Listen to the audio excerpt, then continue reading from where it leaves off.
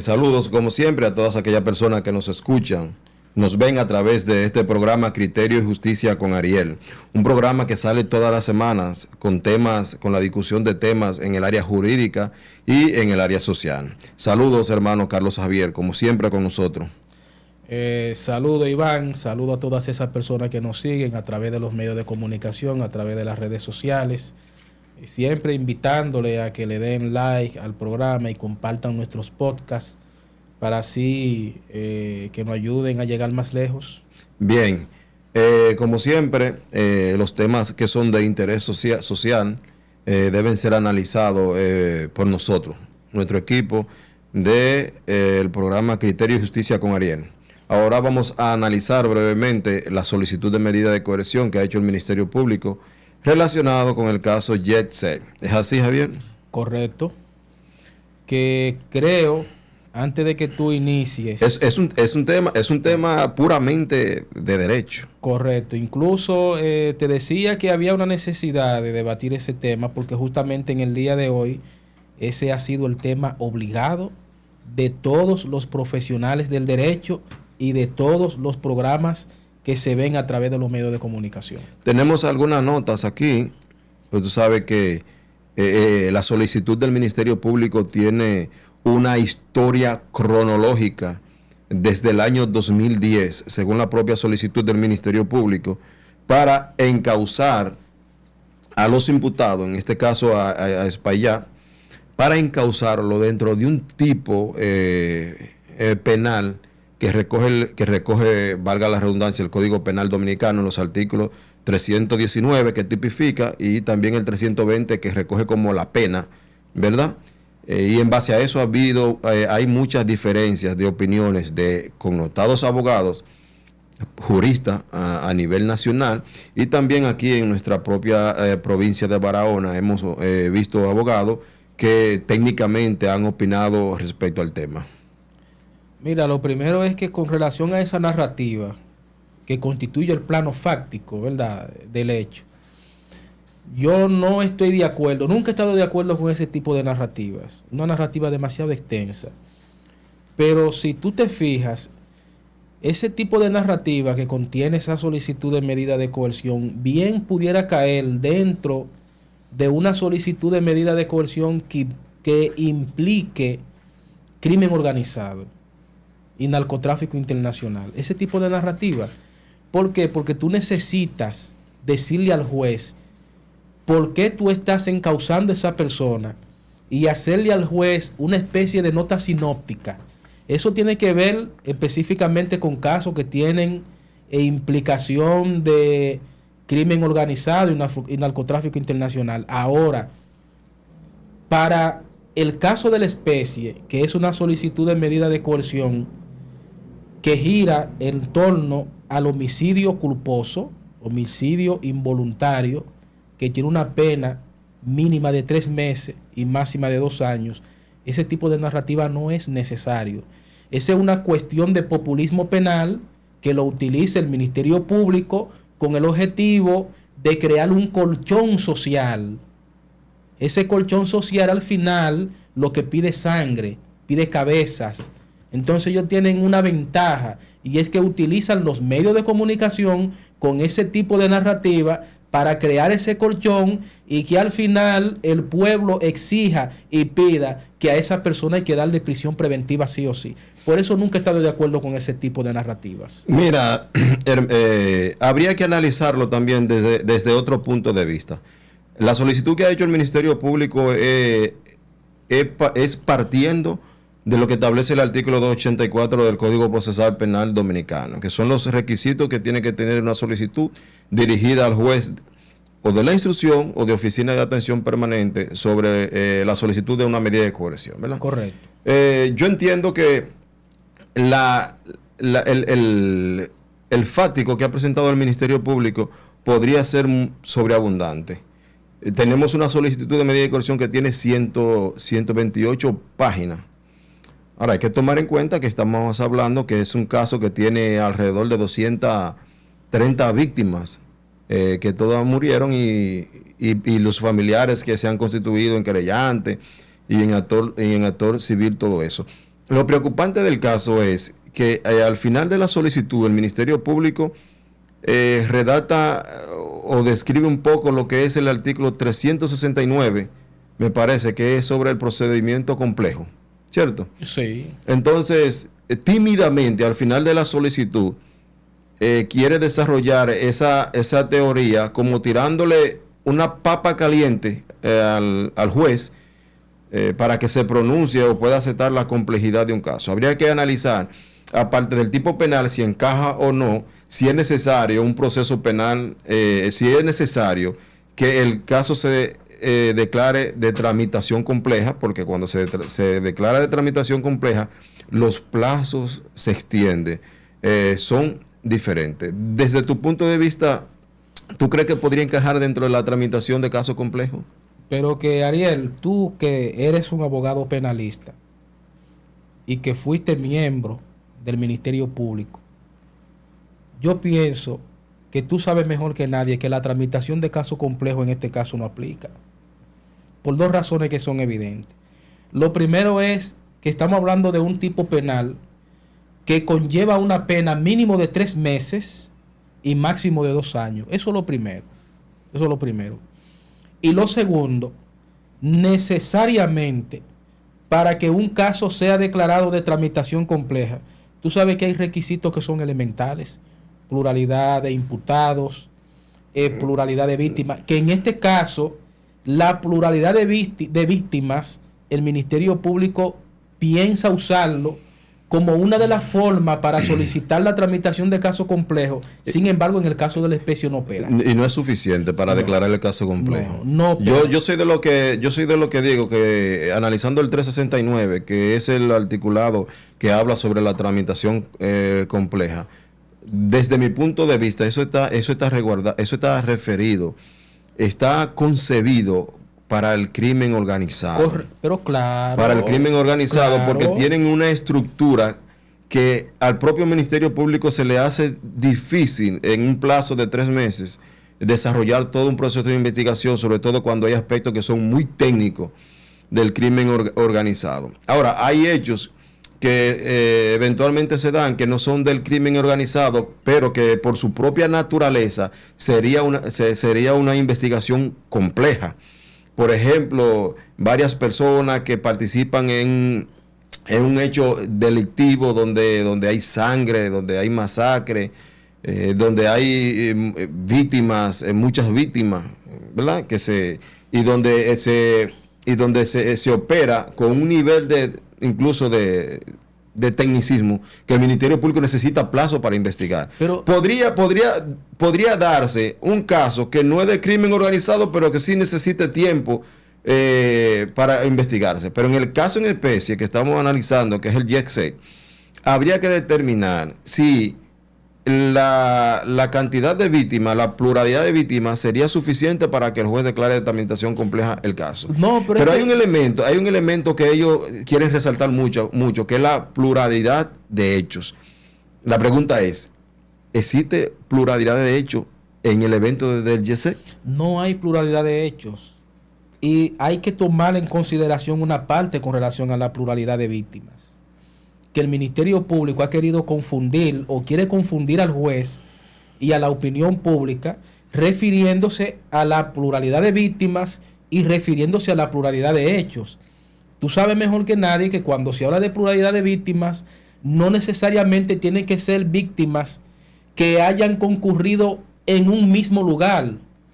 Tú puedes hablar, por ejemplo, del crimen organizado y tú puedes establecer una pluralidad de víctimas que se dieron en tiempo y espacio diferentes. Pero en el caso de la especie, nosotros estamos hablando de un hecho donde existe necesariamente pluralidad de víctimas, claro está, pero que no sucedieron en tiempo y espacio distintos. Pero no solo eso. Fíjate, mirando aquí el artículo 369, que es bueno que la gente lo conozca.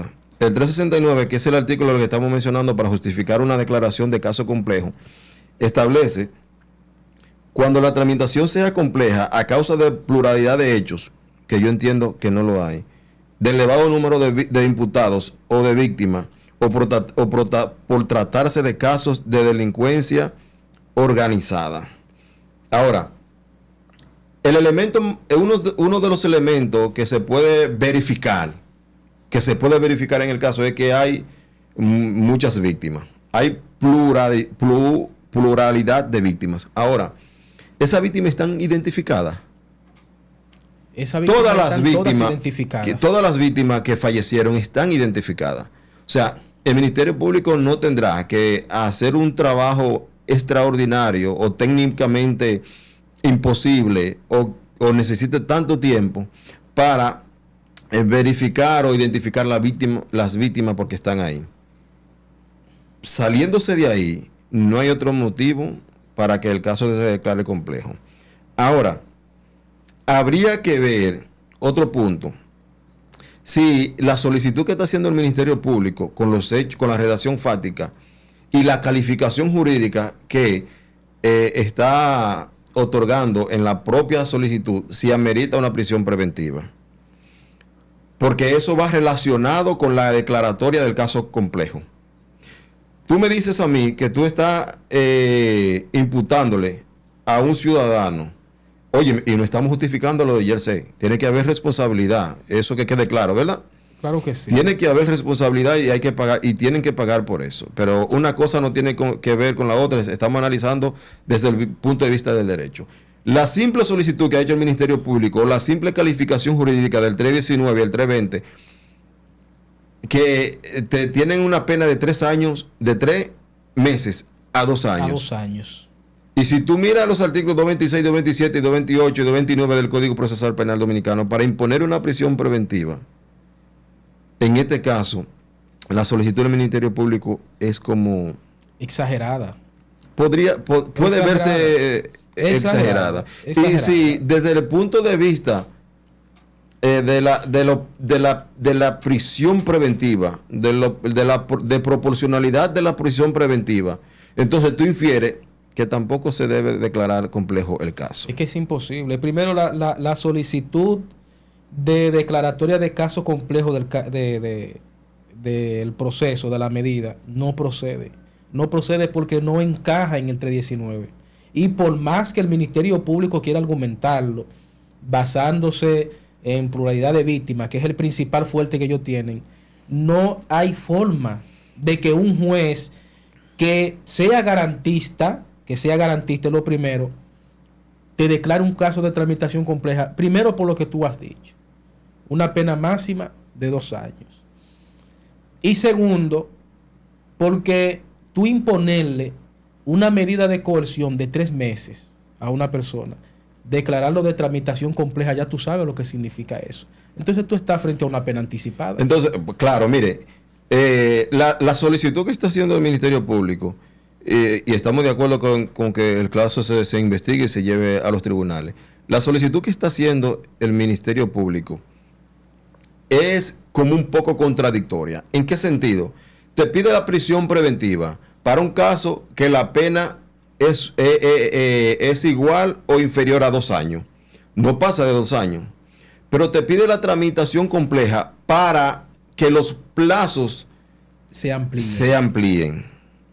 Por ejemplo, si se acoge la tramitación compleja, el plazo que tiene el Ministerio Público para la investigación es de 8 meses.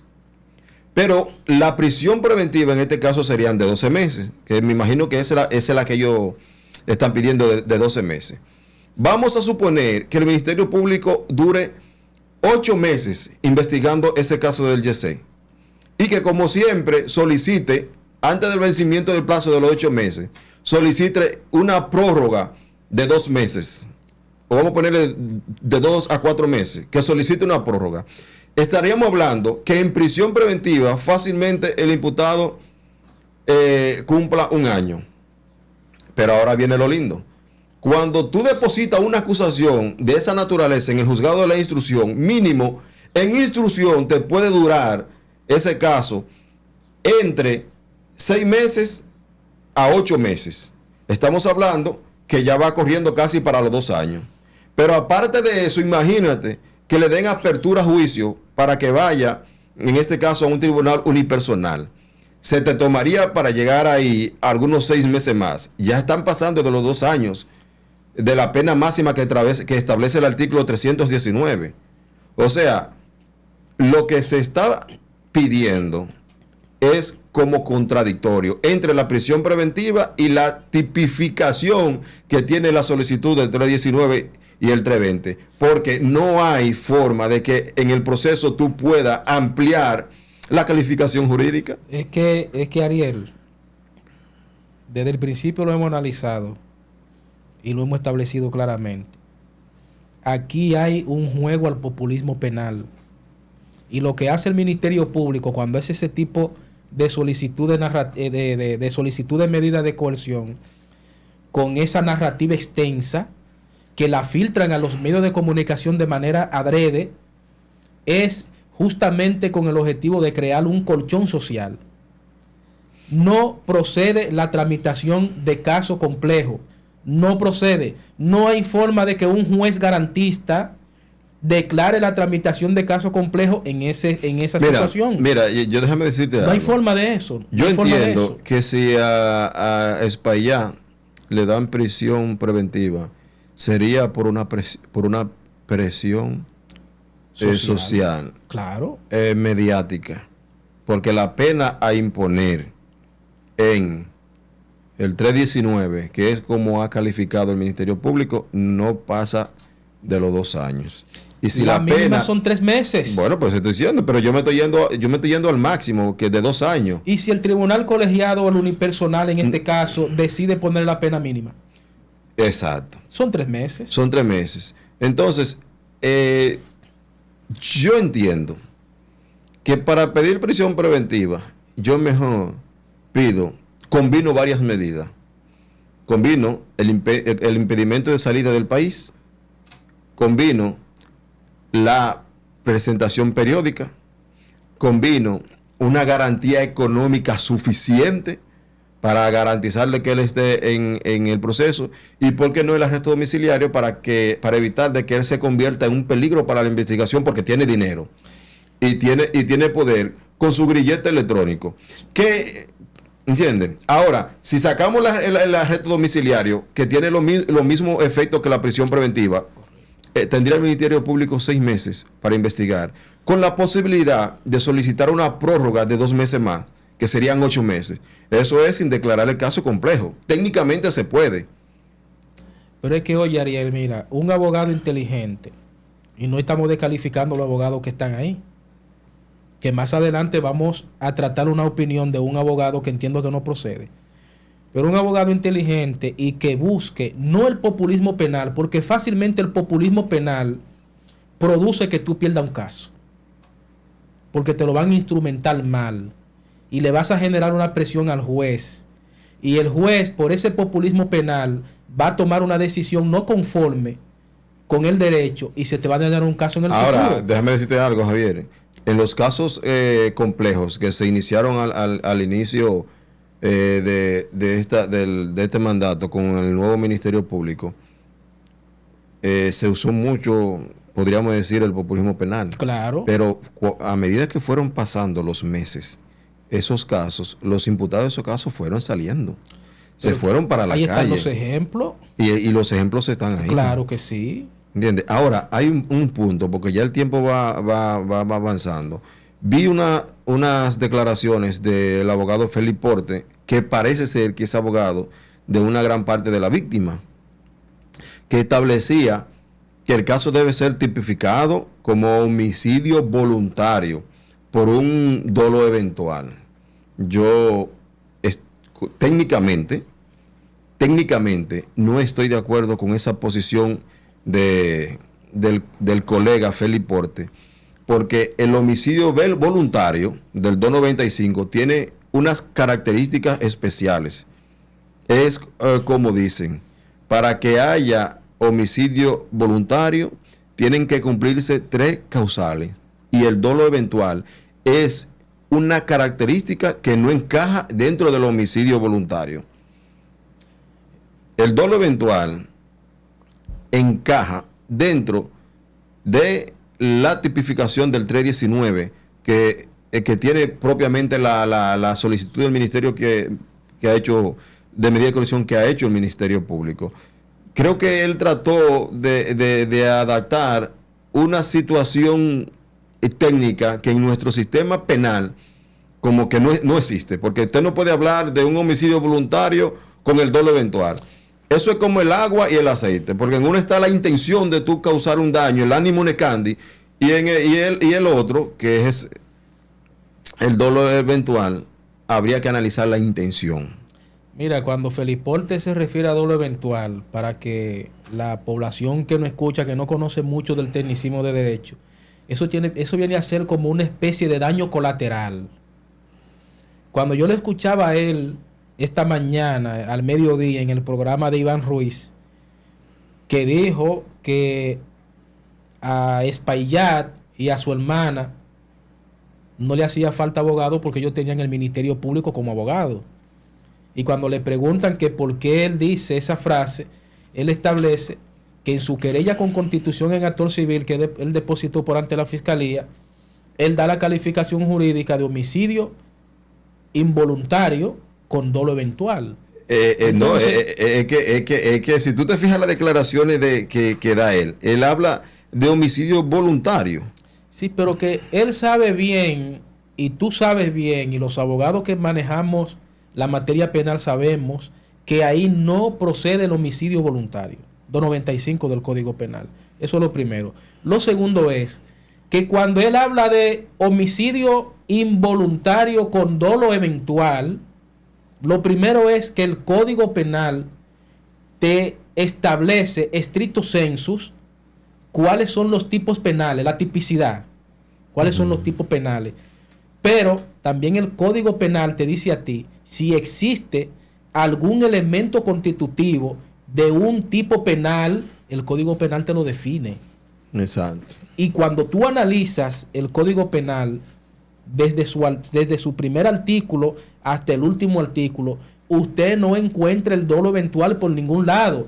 El dolo eventual en la República Dominicana está dentro de la teoría del delito. Ahora, ¿dónde han aplicado los jueces del tribunal colegiado, por ejemplo, de los tribunales colegiados, el dolo eventual combinado con el animus necandi? Cuando ellos te dicen a ti que una persona que le hace un disparo a Juan... Pero es que el ánimo necandi es la voluntad de causar... La voluntad de causar daño. Recuerdo que hace un tiempecito nosotros vimos un proceso en el tribunal colegiado donde había una persona que le hizo un disparo a alguien y ese disparo se le pegó a una persona que no tenía nada que ver con eso. El tribunal colegiado al final condenó a 20 años a ese imputado. Porque probó la intención de causar el efecto final. Entonces ahí tú traes el concepto de dolo eventual de la teoría del delito y tú dices aplica. ¿Pero por qué aplica el dolo eventual en el caso del homicidio voluntario? Porque tú tenías la intención de matar. Tú tenías la intención de crear un daño. Pero para el caso de la especie, el dolo eventual no aplica. Primero porque no es un tipo penal, no es un elemento constitutivo, pero además... Del homicidio voluntario. Del homicidio involuntario en el caso de la especie. Entonces ahí hay una ausencia de tipo. Yo pienso que el doctor Félix Portes, un excelente penalista, lo he visto litigando en Ciudad Nueva, excelente, y en Barahona. Pienso que él lo que buscaba era crear una especie de debate. Recuerda que él es parte interesada. Sí, creo que como es parte interesada, yo entiendo que él está jugando su papel. Correcto. Independientemente de todo, que se quiera traer a colación cualquier otra característica de un tipo penal diferente, eso va a encajar dentro del 319. Y el 319, cuando establece la imprudencia, la torpeza, la falta de cuidado, de vigilancia y todo eso, y usted provoca la muerte de alguien, usted es sujeto, usted es pasible de ser sancionado por homicidio involuntario, que la pena es de 3 meses a 2 años cuando se causa la muerte, porque cuando no se causa la muerte, incluso la pena es mucho menos inferior a la que estamos diciendo. Que te voy a decir algo, Ariel, que hay que estar claro en eso. nosotros estamos frente a una solicitud de medida de coerción. No estamos frente a un juicio. Es muy probable que en un juicio el señor Espaillat salga descargado. Como también es probable que salga culpable. Bueno, pero es que está en la dos posibilidades. O lo descargan o lo declaran culpable. Yo me inclino más, y es una opinión mía, yo me inclino más por la absolución en ese caso. Yo lo que entiendo es que ahí va a salir un proceso penal abreviado y no va a pasar del juzgado de la instrucción de la audiencia preliminar. Yo entiendo que sí. Eso y claro sería lo mejor. Claro. Ahora, vamos a dejar de hablar de homicidio voluntario, de homicidio involuntario, de dolo eventual y de todas esas cosas. El culpable de que hoy se esté debatiendo esta situación técnica, esta situación en el derecho penal, lo tiene el Senado, el Congreso de la República Dominicana. Y tú me preguntarás por qué. Si el Congreso hubiera aprobado el Código Penal, que tiene años estancado por una bendita causal y por intereses propios, quizá de personas con mucho poder, no se ha aprobado. Si ese Código Penal se hubiera aprobado, hoy no estuviéramos hablando de 2 años. Hoy tuviera Espaillat una situación incómoda. Bastante difícil. Bastante incómoda. Claro que sí. Porque analizando el derecho comparado, analizando el derecho penal, o sea, con otros países, para que se entienda, la pena, incluso en homicidio involuntario, como ese el caso que estamos tratando, la pena suben de 5 años, en otros van a 10, dependiendo el efecto que cause tu falta de cuidado, la negligencia y la imprudencia tuya, y estuviera pasando en otro país una situación muy, muy, muy incómoda. Yo creo que este caso tiene que producir, ¿verdad?, una aceleración en la aprobación del Código Penal dominicano.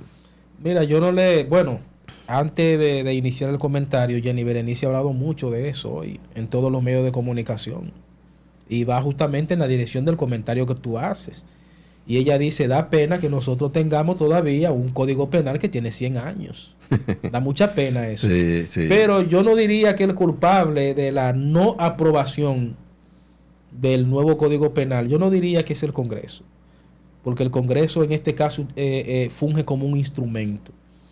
Yo diría que son sectores de poder. ¿Y dónde está la independencia entonces del Congreso Nacional? ¿Es peor? La respuesta que tú estás dando es peor. Si tú me estás diciendo a mí que el Congreso Nacional, por intereses espurios, intereses oscuros, no ha hecho lo que tiene que hacer, es peor entonces. Pero que eso está ahí, esa es la realidad. Cuando tú veías, por ejemplo, en los años de gobierno de Danilo Medina, que fue cuando se introdujo la modificación al Código Penal, que incluso nosotros compramos un sinnúmero de códigos penales que al final no sirvieron para nada. ¿Por qué permitieron que el Congreso dejara eso en stand-by? Justamente por una pugna que se dio entre élites. Sí. Unas que establecían que el Código Penal, si lo aprobaban como iba a ir, iba a endurecer penas y a tipificar situaciones con relación al aborto, que no vamos a entrar en ese punto, porque ese es un punto demasiado profundo. Pero además, aquí hay personas que pertenecen a clases sociales pudientes que no le conviene un código penal de esa naturaleza. No. O sea, no se ha aprobado el código penal por una cuestión de que el Congreso está machucando chicos. Déjeme decirle una cosa.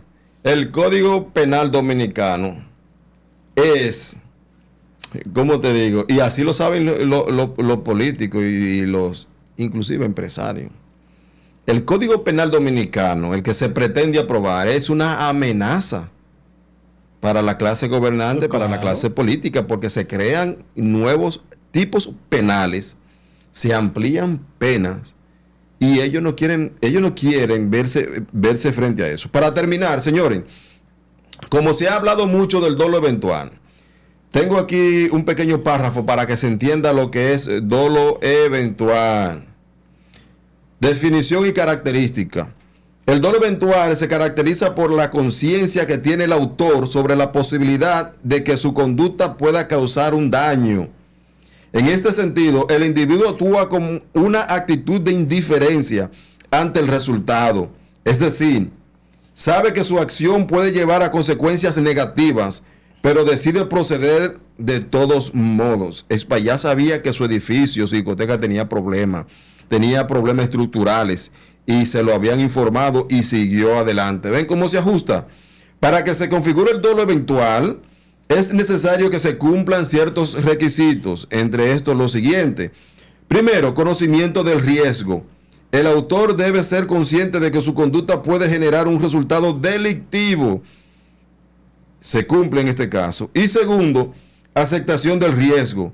A pesar de conocer el riesgo, el autor decide actuar aceptando las posibles consecuencias de sus acciones.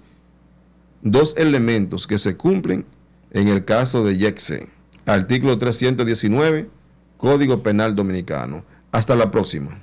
Este espacio llega gracias a la firma de abogados Gómez Rubio Asociado, una oficina de abogados que cuenta con profesionales capacitados en diferentes áreas del derecho. Estamos ubicados en la avenida Antonio B. Suberví, número 25, sector Blanquizales, Barahona. Siga en sintonía con este programa Criterio y Justicia con Ariel.